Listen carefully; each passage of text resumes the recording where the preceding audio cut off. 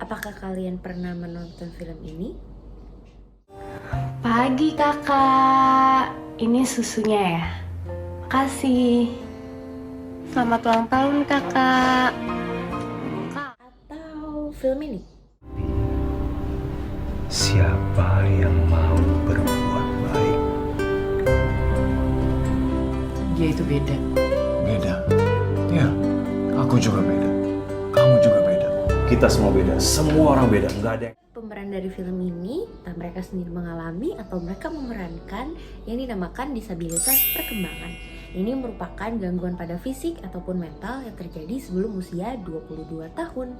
Nah, disabilitas perkembangan ini biasanya hanya dikenal oleh orang awam melalui mereka yang mengidap Down syndrome. Padahal ada lebih banyak dari pada sekadar mereka yang mengidap Down syndrome.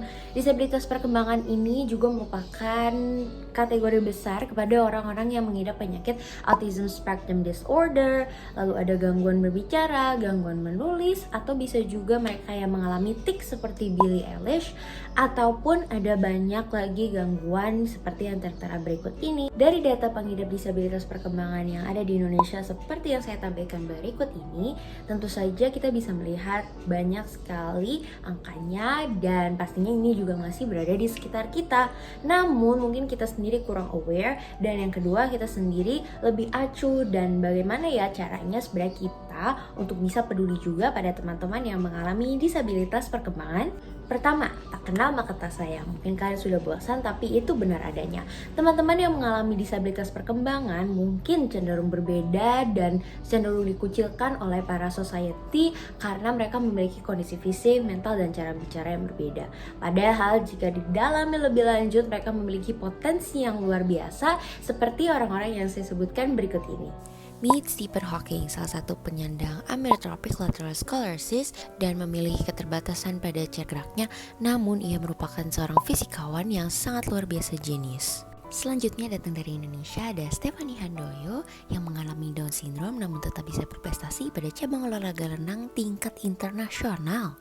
Nah, maka dari itu kalian harus bisa berbicara dulu dengan orang-orang ini, baik dengan menyapa mereka ataupun berbicaranya secara perlahan ya teman-teman, untuk bisa dimengerti secara lebih mendetail oleh para penyandang disabilitas perkembangan. Yang kedua, kalian juga bisa loh menawarkan bantuan ataupun mengajak mereka berbincang-bincang mengenai experience mereka. Mereka pasti sangat senang untuk bisa juga dirangkul dan tidak diskriminasi di lingkungannya walaupun mereka memiliki perbedaan fisik.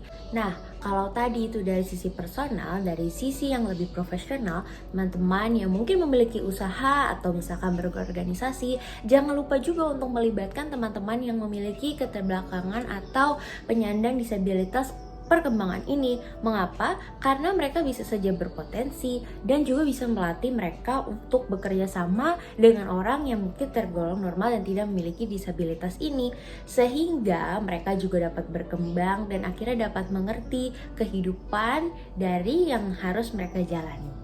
Selain dari sisi personal maupun profesional, baik dari pemerintah juga harus turut serta berkontribusi, dan bagaimana caranya pemerintah juga bisa menyediakan sarana dan prasarana serta infrastruktur yang memadai untuk para penyandang disabilitas perkembangan. Contohnya bisa menekan bel mungkin jika membutuhkan bantuan, atau juga menyediakan memang orang yang standby untuk membantu teman-teman kita yang menyandang disabilitas perkembangan ini. Nah, dengan adanya banyak langkah-langkah ini diharapkan sebenarnya kita bisa sama-sama merangkul teman-teman yang memiliki disabilitas perkembangan, membantu mereka untuk bisa menjalankan kehidupan yang sama dengan kita karena mereka juga pastinya punya potensi dan talenta yang memadai. As a Dewa Social Impactor, aku mau ngingetin buat teman-teman yang memiliki disabilitas perkembangan yang mungkin menonton video ini, semoga kalian bisa mengungkapkan apa yang menjadi perasaan kalian. Say pain jika kalian merasakan sakit, tidak nyaman, atau memiliki perasaan tertentu yang mengganggu kalian. Di video selanjutnya, aku akan coba membedah ataupun bertemu langsung lah dengan teman kita yang mengalami disabilitas perkembangan.